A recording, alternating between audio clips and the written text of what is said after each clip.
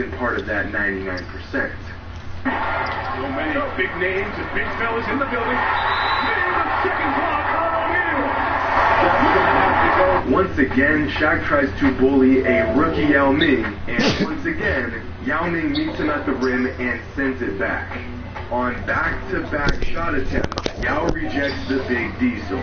But it doesn't end there, folks. Nah.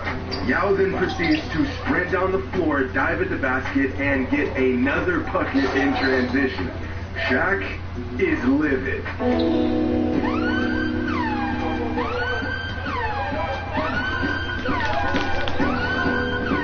Yao is relatively unfazed. Shaq was all but certain that he would come into this game and bully Yao around. And here he is, right from the jump, getting that work. But Yao is just getting started. On the very next possession, Yao gets the ball 10 feet out. And this time around, Yao decides to flex a little finesse of his own. That's the I've seen on the field since the days of Hakeem Olajuwon. Preparation, knees flex. 10-3.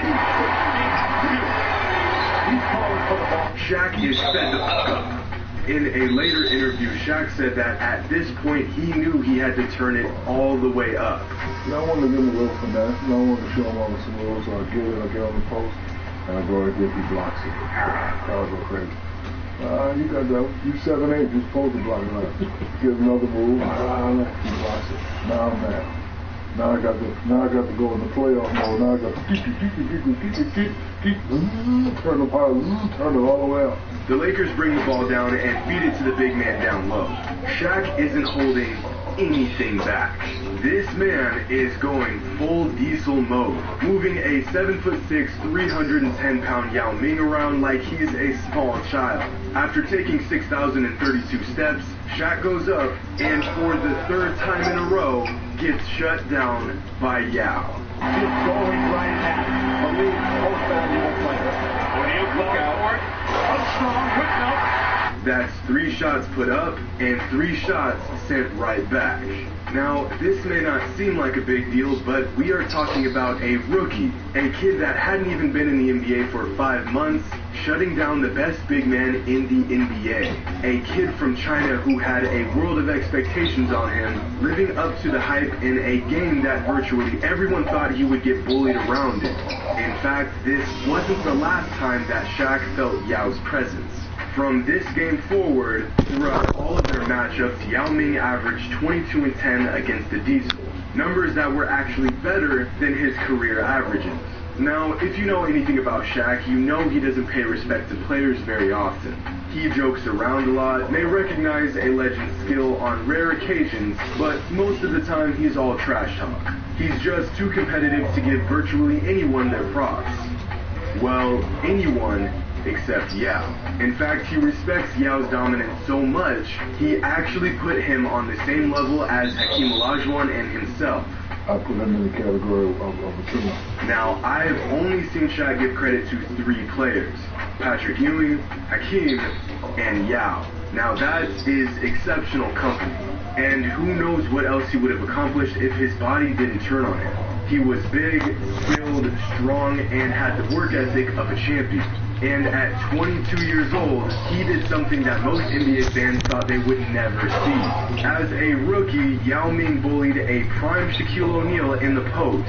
He made Superman feel like an ordinary man for the first time in years, and he gained the respect of everyone virtually overnight. The best part about all of this is that years after this game, Shaq said that Yao only got the best of him because, you ready for this? He was so tall. Shaq, of all people, saying that another player was too damn big.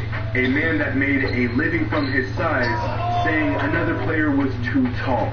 I'm sorry, big fella, but you do not get to use this excuse. To sum up this game and his first experience against Yao, Shaq said, he couldn't stop me, but guess what? I couldn't stop him either. Big praise from a big man. What did Yao have to say regarding his first encounter with Shaq? Every game we play remind me of the old saying that what doesn't kill you makes you stronger. Thank you for that. Hope you all enjoyed. But as always, until next time.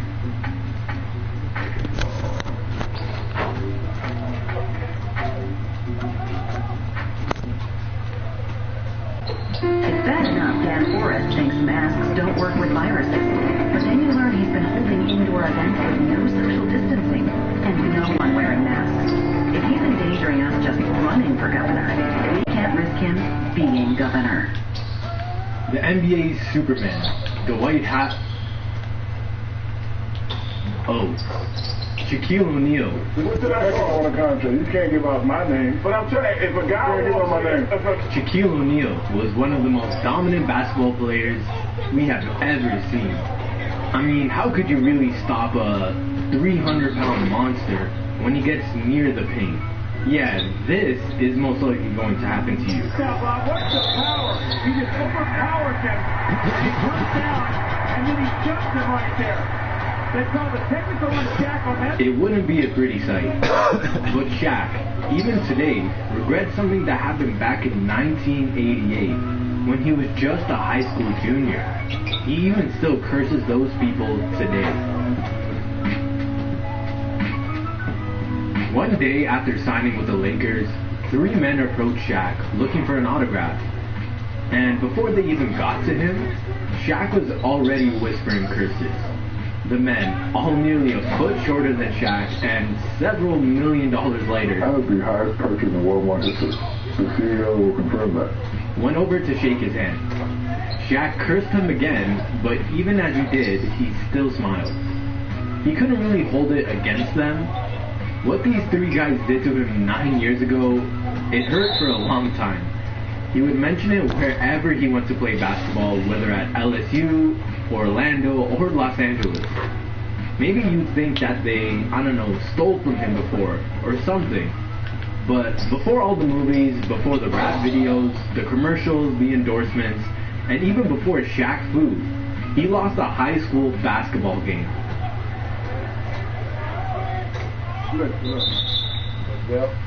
In his entire high school career, Shaq only ever lost 1 game. And it was an important one. It wasn't just any old game, it was the regional finals. You win here, you go on to the state tournament, and go on to have a chance to play for the state championship. You lose, and well, you go home and you be mad about it for the next 40 years, which is exactly what Shaq did. But hey, who wouldn't be mad about it? Especially with what they did. Mr. Sensitive. No, I don't Mr. Sensitive. Do it again. I'm telling you right now. Mr. Sensitive. No, I ain't sensitive. I'm going to knock your ass out. I'm telling you right now. You play them if you want to. It's supposed to be 1, 2, 3, not 1, 2, back to 1. Dumbass. I'm sure you can all imagine what Shaq in high school would have been like.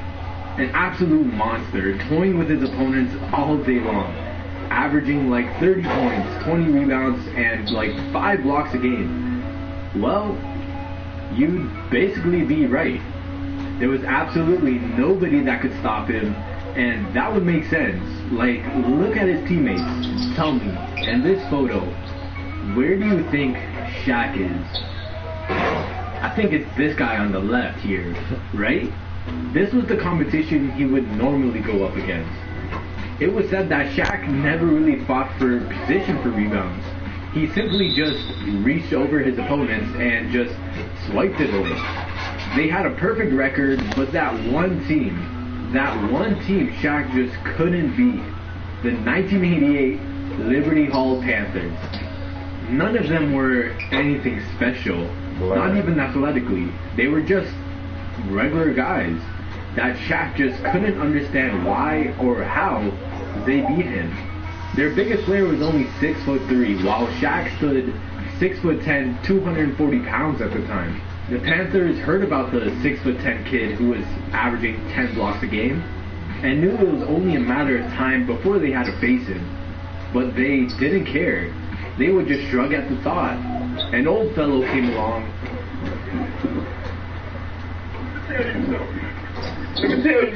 and told the Liberty team that he'd kill you guys. There was pretty much no reason for them to be cocky. Nobody on the team had great athleticism. None of them were highly scouted. None of them were even that tall compared to Shaq. But they were good and could shoot.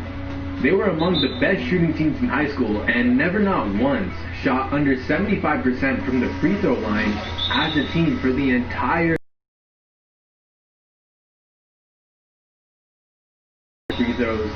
I'm going to miss a lot about the game. I'm going to miss the competition, the camaraderie, the friendship, the fans, joking with the media, and I'm really going to miss the free throws.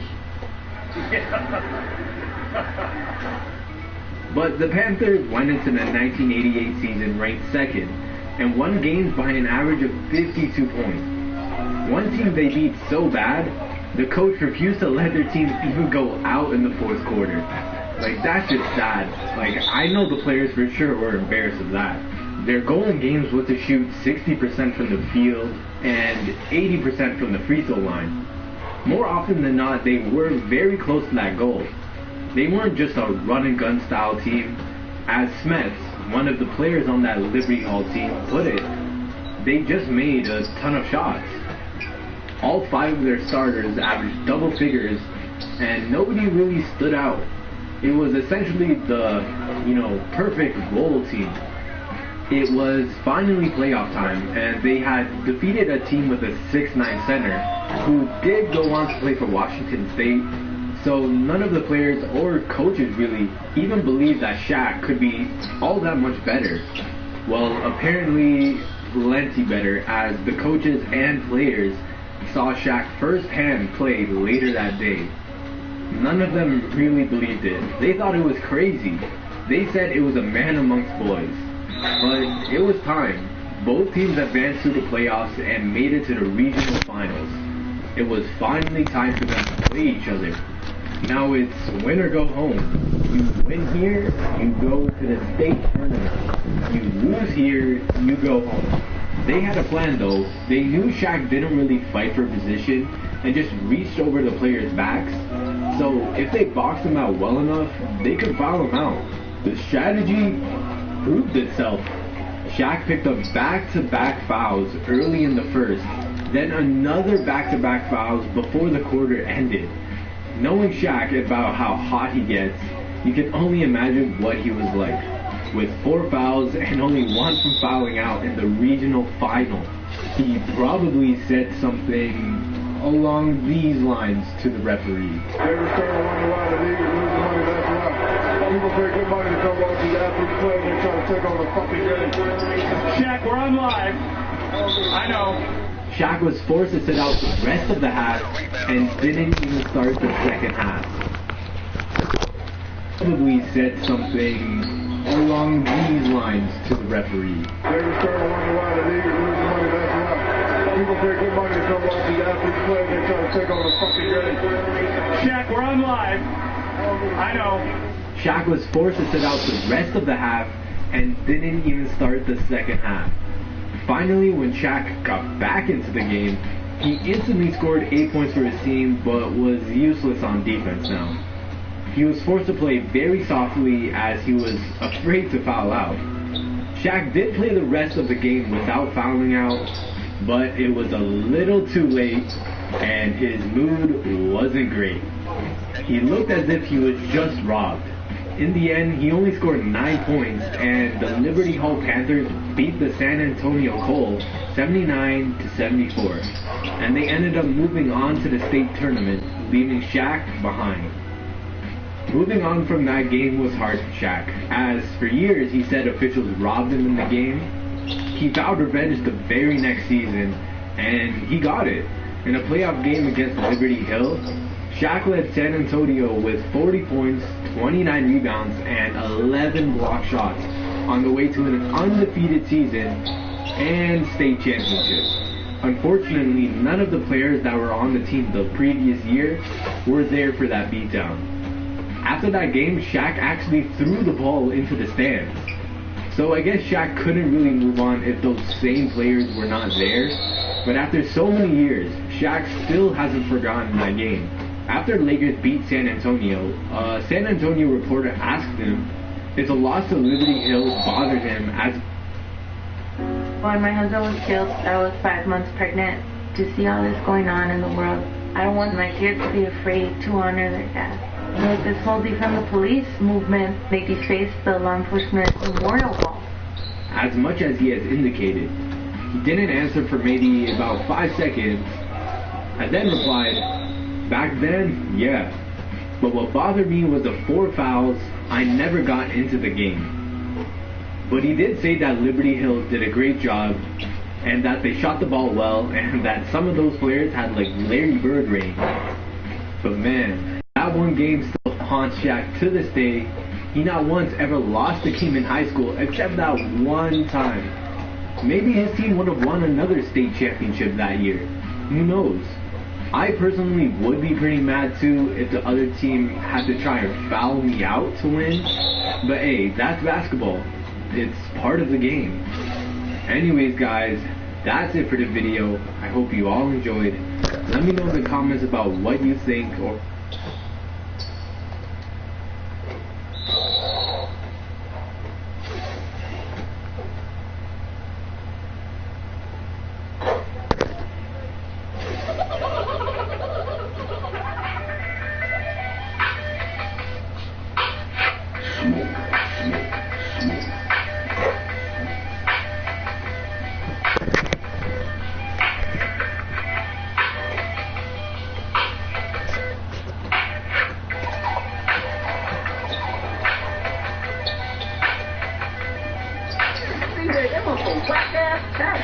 Flair, you're ruining my hustle. Oh, man, that's my homie right there. Right, man, so I'll be seeing you about half an hour, I guess. Hey, roll that!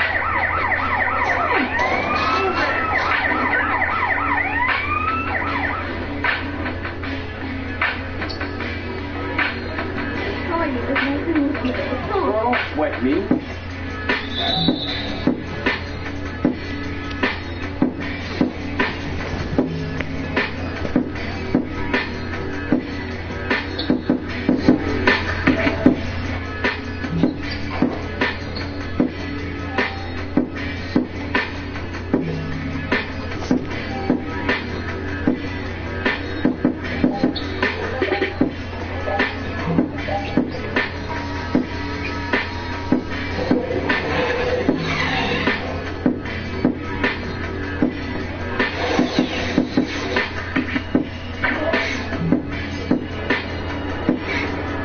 You don't need it no more, huh?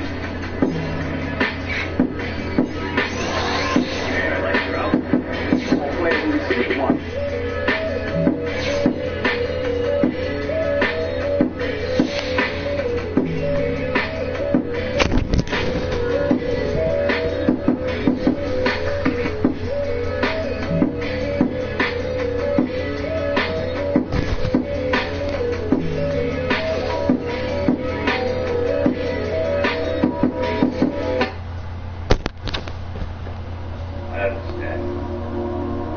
Your secret will be safe if you're in peace.